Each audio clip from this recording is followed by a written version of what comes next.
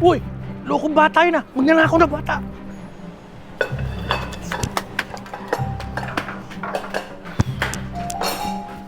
Oh, bata, ano nangyari sa'yo? Ate, pwede po ba ako magtago? May nagaboy po kasi sa akin lalaki. Naghahabol. Bakit? Ano ba ginawa mo? Mamaya na po. Sige, dito ka. Diyan ka. Ano ba ginawa nitong bata na to?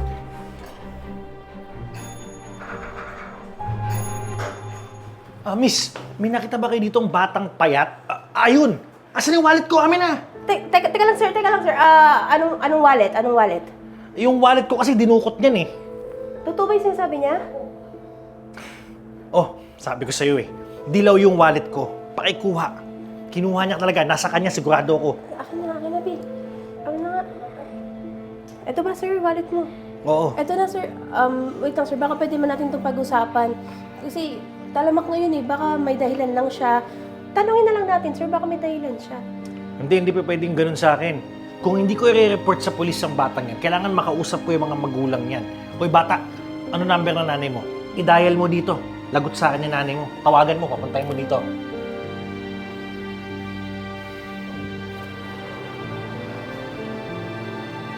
Ma, punta daw po kayo dito sa Coffee Valley.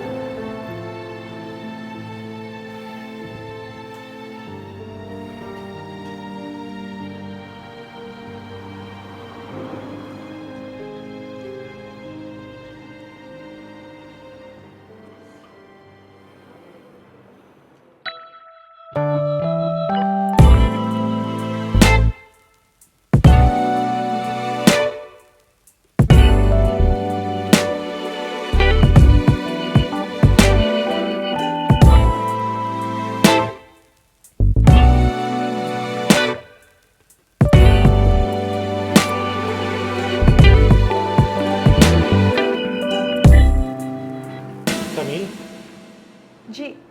Jigo? Grabe. 12 years kitang hindi nakita. Pwede ba? Huwag na natin pag-usapan yan. Kakilala pala sila. Exit na ako. Bale, anak mo pala tong cute na batang to. Oh, anak ko to. Anong ginawa mo sa anak ko? Wala. Yung anak mo, nakuha niya yung wallet ko. Pero, baka naman hindi niya sinasadya. Baka nagpa-practice lang to mag-prank. Kaya sinundan ko siya dito. Wallet mo? Teka. Kinuha mo yung wallet niya? Opo, ma. Sorry po, ma. Bun, kahit kailan hindi kita tinuruan magnakaw. Ang bata-bata mo pa, gumagawa ka ng masama. Bakit mo ginawa yun, ha? Kasi mama, nakita ko po kasi yung kaklase ko, bigyan ng tatay niya yung nanay niya ng regalo. Kasi po, wala po akong tatay. Kaya ako naman po magbibigay ng regalo sa inyo. Pero anak, hindi mo naman kailangan gumawa ng masama para lang gawin yun para sa atin. Masaya naman tayo na tayong dalawa lang tuwing Pasko, di ba? Kahit walang regalo. Okay na sa atin basta magkasama tayo. Makasingit lang ako Pero, nasan ba yung asawa mo? Yung tatay niya? Wala akong asawa pero may tatay tong anak ko. Ha? Naguguluhan ako Paano may asawa ka tapos may tatay siya? Alam mo, Jigo, 12 years ago, naghiwalay tayo kasi ayaw sa akin ng mga magulang mo. Pero nalaman ko, buntis na pala ako. Pero hindi na rin kita hinanap kasi ayoko masaktan eh. Hindi ko pa rin maintindihan. Ano bang ibig mo sabihin? Ang ibig kong sabihin, anak natin si Boon. Ikaw ang tatay niya. Pero huwag ka mag-alala, kasi wala kaming planong guluhin ka. Okay na yung buhay namin eh. Kaya naman namin na kaming dalawa lang. Camille, 12 years kitang hinanap kung saan-saan. Wala akong balita sa'yo. Oo, aminin ko. Nagkaroon ako ng mga karelasyon. May mga nakilala. Pero, ikaw at ikaw pa rin yung laman ng puso ko. Alam mo, hindi ako naniniwala nagkataon lang to eh. Ang tanong lang naman dyan, kung pwede pa ba?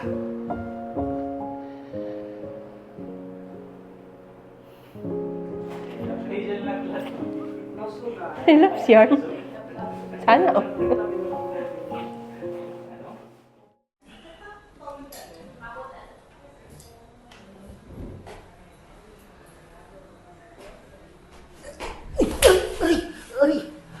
Aray!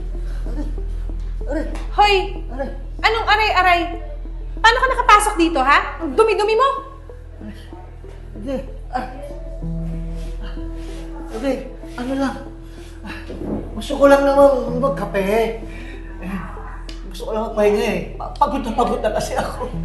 Di mo ba alam? Bawal hampas lupa dito. Di mo ba alam yon? Sige, umupo ka dyan, pero huwag kang makulit ha. May darating kami investor. Miss, o-order po ako. Pinaupo na kita para may airconan ka. Gusto mo ba umorder? Grabe ka naman. Bakit di mo naman ako kilala? Wow, nakakatakot, Tatang. Wala akong paki kahit sino ka pa, no? Ba, tinda ka ha? Tawagin mo ang manager mo. Sige, tawagin mo ang manager mo. Tawagin lang, mo. ha? Sige.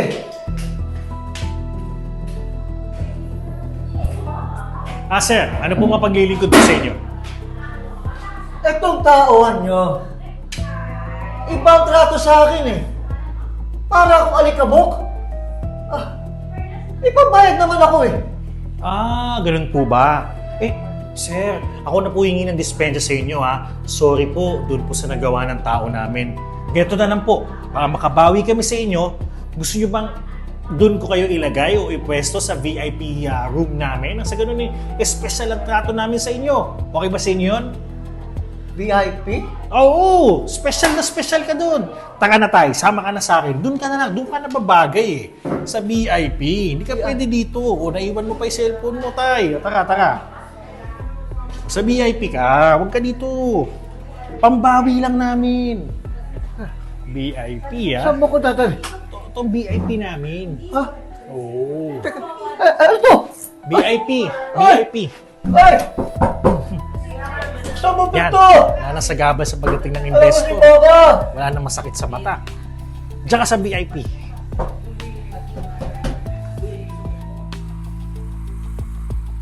Hello! Ready na po ba kayo sa investment nyo sa coffee shop namin? Oo naman, ready na yung pera. Pwede ko nang ipaabot sa'yo anytime. Ayos!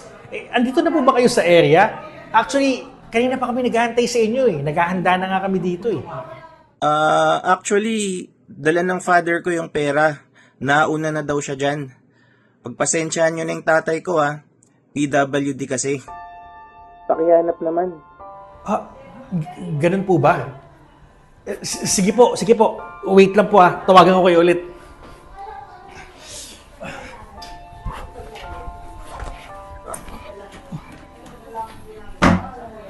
Sir, halika na. Kita tayo. Sir, baka mauntog ka, sir. Ha? Taka. Kita tayo. Ay, tara.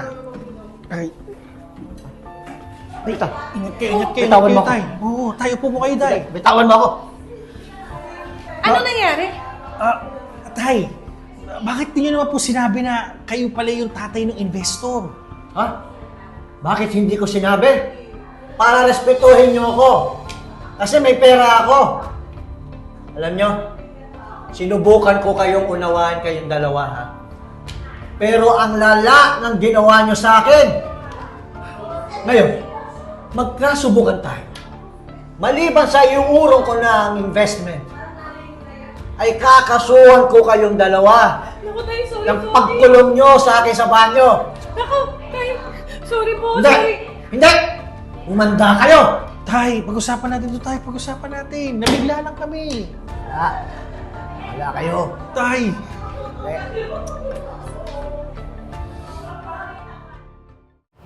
Ay! Uy, boba? Hanggang ngayon, boba ka pa rin, ha? Hindi ka tumitingin sa dinadaanan mo, Rachel. Uy, Camille, ikaw pala yan. Pasensya ka na. Dami kasing customer kanina, tapos katarantahan na. Ibig sabihin, dito ka nagtatrabaho? Wala ka ba talagang pangarap sa buhay mo, ha? Loser ka na nga nung high school tayo. Loser ka pa rin hanggang ngayon. Hindi ka na nagbago. Masaya naman ako dito sa trabaho ko, tsaka kasama ko pa yung mister ko dito, tsaka mabait din yung amo ko.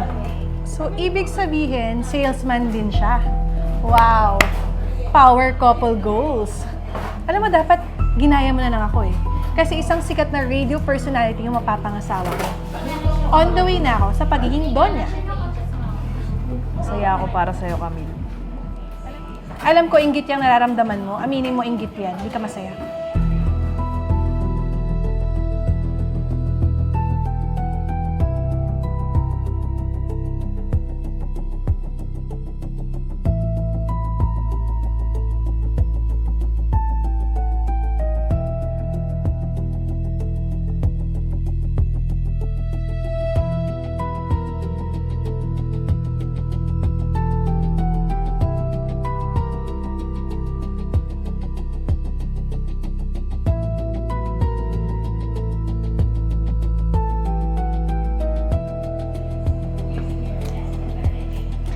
napili ka na, Camille?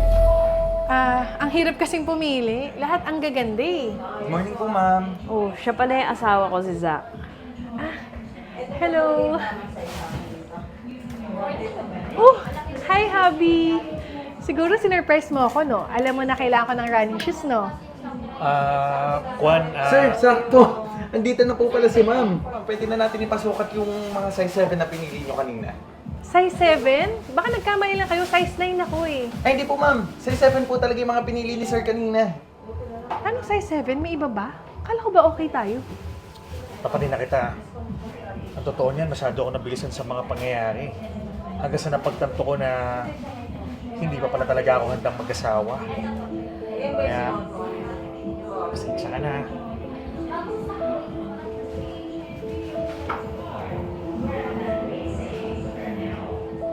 Grabe.